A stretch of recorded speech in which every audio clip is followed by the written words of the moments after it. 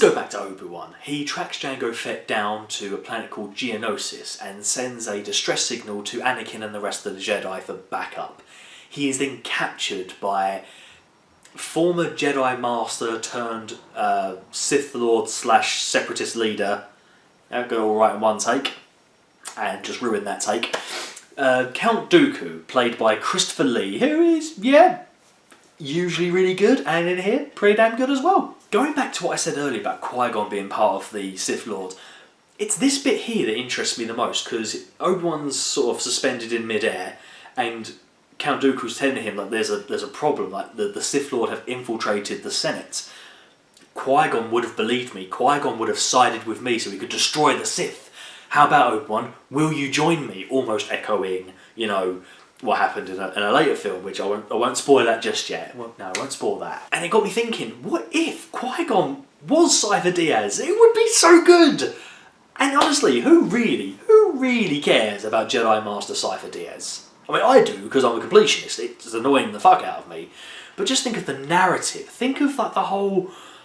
It was Qui-Gon all along who brings the unwanted Anakin through the system, who, let's say, Qui-Gon doesn't even die in The Phantom Menace. Let's say he dies in the Clone Wars, killed by dark forces and that. So he's already infected Anakin with his poison. Like, imagine the awesomeness this could have been. But no, it wasn't, because I didn't write it, and this film is crap because of it. Anakin and Padme rush to save Obi-Wan, but get trapped in a PlayStation 1 game.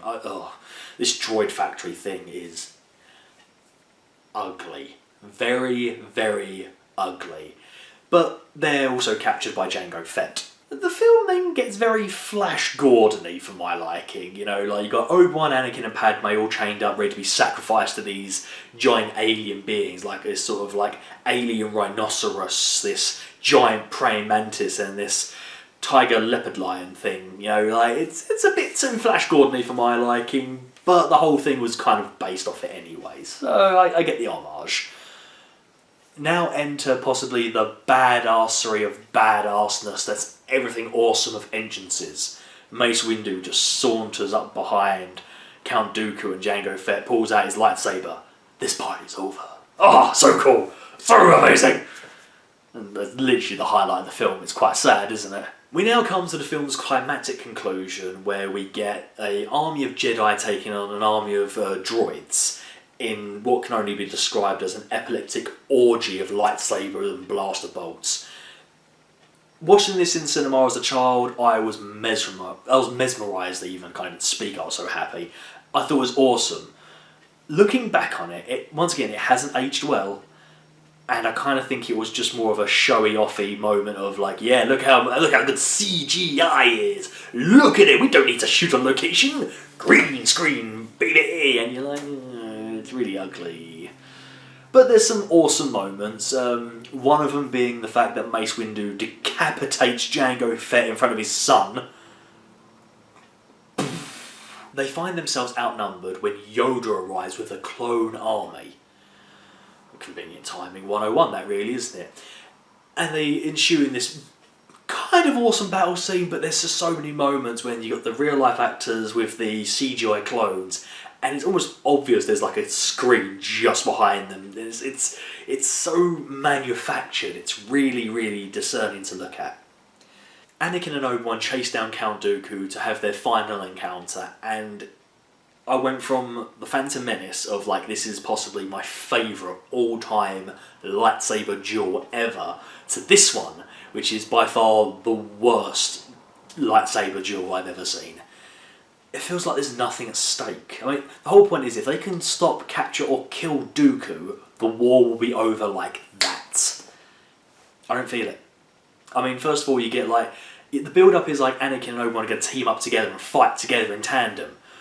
And it doesn't work that way because Anakin is too impatient and gets battered offside with electricity. So Obi-Wan has a bit of a duel, but then he goes down like a bit of a bitch. And you're like, oh, come on. Now we get to possibly, I want to say divisive, but I think I'm the only one on George Lucas's side here. We get Yoda. Yoda arrives, and he pulls out a lightsaber and he duels Dooku. And almost everybody I talk to hates it. Do not get me wrong, it is ugly. It is so ugly to look at. Clearly not Christopher Lee taking on effectively thin air as he takes out a CGI Yoda. It's ugly to look at. I'm going back to as a child here, 10 years old. I was like, Yoda's kicking ass! Woo! It's amazing. Now, I've heard it said so many times by true and official fans of Star Wars that Yoda would never fight with a lightsaber. It's against his person. It's against his teachings to fight with a lightsaber. He's more philosophical and more, meditation and peace. Well, I take you... I'm going to only do this once, okay? We're going to the original trilogy. Obi-Wan describes Yoda as a great and powerful warrior. Warrior. It's a warrior with an A, not an O, so it's not like did I leave the oven on? It's no, I left the oven on! Not the point I'm making, but the fact of the matter is, if you're looking for a warrior, you're looking for a fighter. I don't know many people who can fight with their minds that isn't a, X-Men.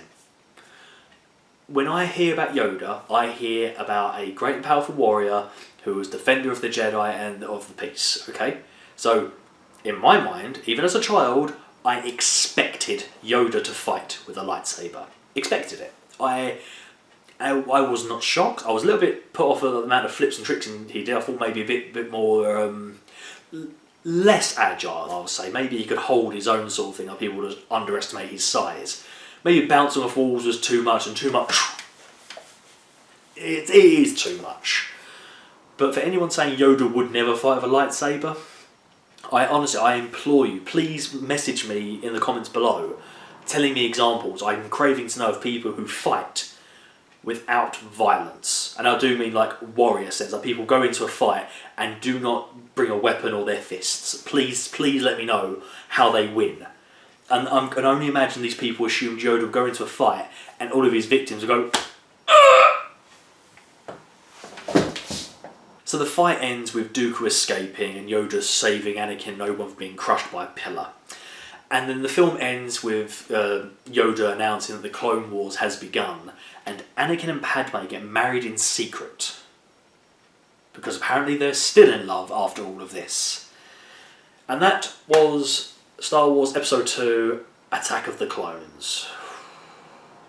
Yeah, not a fan. Not a fan at all. I remember leaving the cinema. I watched it twice in cinema. I remember leaving the cinema first time going, I enjoyed that. I know I enjoyed it because it's a Star Wars film. I know I enjoyed it. Oh, everyone else was talking about the big battle scene and the Jedis versus the droids. And I'm sitting there going, I'm blinkered. I'm biased. I'm like, no, I know I enjoyed this film. End of discussion. After the second time watching it in the cinema, I came out of it not with any friends. I think it was just me and my brother, actually. And I was very much... I know I didn't enjoy that. And I also remember when it came out on DVD, well, actually it would have been video at the time. Oh my god, I'm so old. When it came out on video, I was very, I don't know, I with every other one I'd ever seen, I made sure I had it straight away. And even with like, some of the newer ones, I made sure I had it straight away. This one was like, I could wait for this to go down in price before buying it. And I watched the shit out of it on VHS as well to actually drink in the bits I didn't like. Because remember, there's sometimes you watch a film on the big screen, it's incredible. Watch it on the smaller screen, not so much. I'm wondering if there's ever a film that's really crap on the big screen. But when you bring it down to TV level, it's much better. This is not one of those films. This is one of those films that really, really bores me. I can honestly watch the opening segment until Zam, the bounty hunter, gets a toxic dart to the net. And then I could probably skip to when they're chained up in Geonosis and then get sacrificed to the animals. I could probably skip all of that with maybe some bullet points to fill me in what's happened because it's dire. It's honestly dire. Anyway, I'm now going to move on to my 3 good and 3 bad, starting of course as always with the bad at number 3. This is a joint third place here. It's CGI and the acting, because more than over half the cast is in CGI. It's bad. I mean, there's some shaky wooden acting in the first one. This one, it just seems like everyone who isn't Ewan McGregor or Christopher Lee is a plank. And as I've said to you before, the final battle scene where there's a bit of a war going on is so much CGI. It's so distracting, and it's like I'm playing a PlayStation 2 game, but I'm just letting the cutscenes roll and I'm not bothering to play because I'm not invested, I'm not engaged at all. And number 2, the boring lightsaber fight. Honestly, I look at every lightsaber fight I've ever seen. We're talking, okay, if we're going by just how many reviews you've seen, if you're watching them in order as well, well done. Qui-Gon and Darth Maul have a bit of a scuffle. It's awesome. Obi-Wan, Qui-Gon and Darth Maul have that big battle at the end. Incredible, phenomenal, amazing. Then you get this one. As I said earlier, it just feels like there's nothing at stake, and it's so lackluster. And there's that moment where it's like meant to be like the poster child moment. Like obviously the last one was Darth Maul. This one was meant to be Anakin with 2 lightsabers, one in each hand, and fighting simultaneously. He's such an excellent swordsman. That lasts maybe less than 10 seconds before Count Dooku destroys the green lightsaber. He's got to fight with the blue. Honestly, it's like they didn't have faith themselves, or maybe they were really hoping people would watch the Clone Wars cartoon more than the film. So they made the film subpar to make you go, now watch more of the cartoon. I never watched the cartoon. I haven't since, but back then I didn't have Cartoon Network. I couldn't watch it. And the number one thing I hate about Attack of the Clones is sand. It's fucking coarse, it's fucking rough, and it gets fucking everywhere. That was by far the most god-awful love scene I've ever truly seen in my life. It's very, very psychotic. If I knew anyone like that, I would have them committed. I would make sure they are away from me and possibly small animals, because he's going to twist the head of all of your rabbits. He's very, very disturbing. Let's move on to things I do like about this movie. This took me a while to write this list. And number 3, Jango Fett's death. I don't know a single person who, when Mace Windu decapitates Jango Fett and his head goes spinning along, didn't go, ooh, suit you, sir.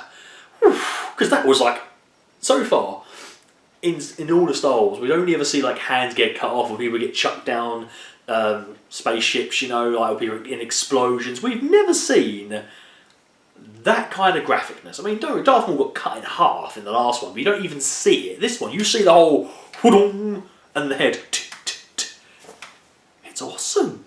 And honestly, I don't know a single person who, when little Boba Fett picks up the head, you're just expecting the head to come out of the helmet. At number 2, Christopher Lee. Yeah, I know he's only in the film for about half hour, if that, but he's got a fantastic screen presence. He does very well in the small time he's been given, and yeah, he's very, very intimidating. Christopher Lee for the win. And the number one thing I love about Attack of the Clones, and this is one hell of a cheat, is Ewan McGregor. He's an amazing Obi-Wan.